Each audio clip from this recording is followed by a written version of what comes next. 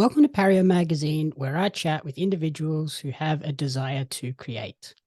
Today, I'm joined by the frontwoman for Sydney four-piece indie pop group Jet City Sports Club. Welcome to Pario Magazine, Lilla Obradovich. Did I get that right? Thank you. It's actually Lilla, but close enough. Thanks for having me on the show. Sorry for getting the name wrong, but welcome to the show. Thank you. We're here today to chat about your journey through the world of music and your band Jet City Sports Club.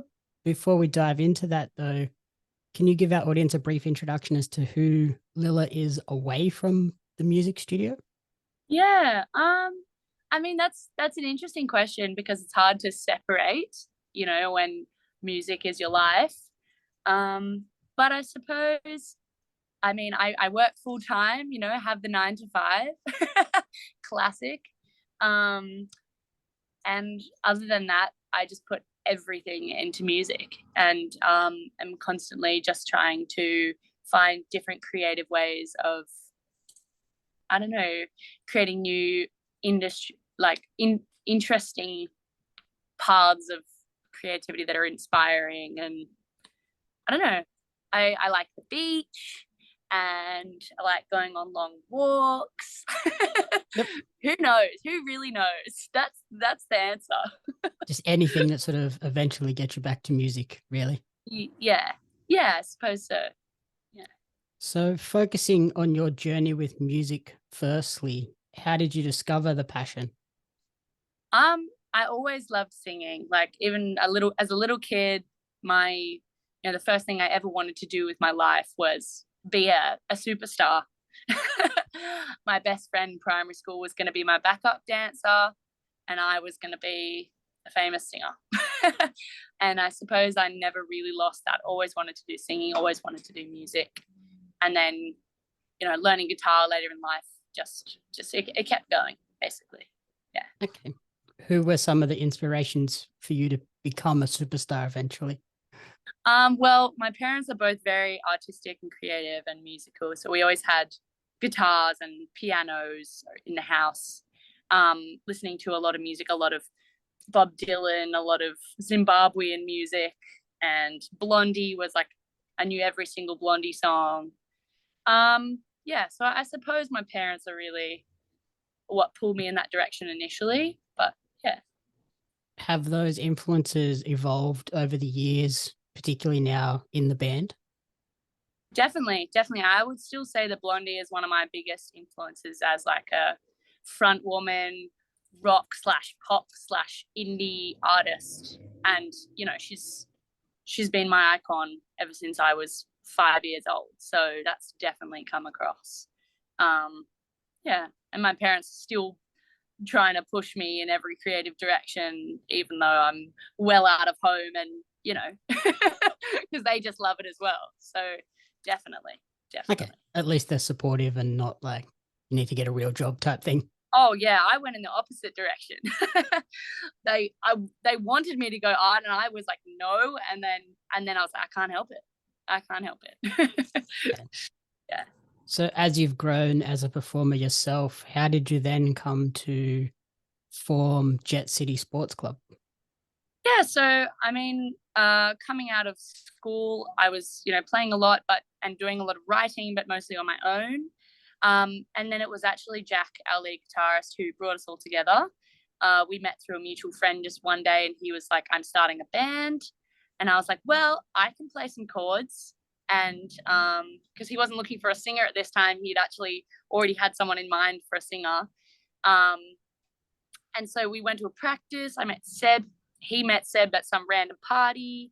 He knew Dom, the drummer, from school, so they were already friends. And then I brought one of my songs and sung, and he was like, oh, well, we don't need a singer. And then that's how it began. Okay, nice. It was all kind of just, the pieces just fell into place. The pieces fell into place. It's crazy how like one small thing in your life can just change the path, and you just go in a different direction completely. Yeah. Has that made the whole journey sort of pretty smooth going? Like everything just fell into place and it's continued going that way? Yeah, I suppose so. There's ups and downs, and there's disappointments, and bumps in the road, when you're deciding things for different people, for different opinions. But I think for the most part, we all desperately wanted this to be our lives. And I think that is like the biggest thing when you're coming up, you're becoming a band, you want everyone to be on the same page when it comes to wanting to do that with everything that you have and all the passion that you have. So definitely aligned. Yeah, everything fell into place. Yep. Everybody's got the same level of commitment, so that definitely helps. That's right. So how do you describe the band for people that might be somewhat unfamiliar with you? Well, yeah, people are always like, what genre do you fall under? And I suppose if you put it down to genre, it would be indie rock pop. And we're definitely, with our latest releases, leaning a bit more towards indie pop. And then I'd maybe say Julia Jacqueline, Phoebe Bridges meets Spacey Jane / a little bit of DMAs. So yeah, all sorts of stuff. But yeah, that's a difficult question when people ask. So yeah. Lots of Australian influences there from the sounds of it. Yeah, definitely. So how collaborative is this process now that there are the four of you together? Does everybody sort of come with their own ideas and then you flesh them out together? Yeah. So mostly it's just Jack and I do the initial writing. And then we've just started working with producer Fletcher Matthews.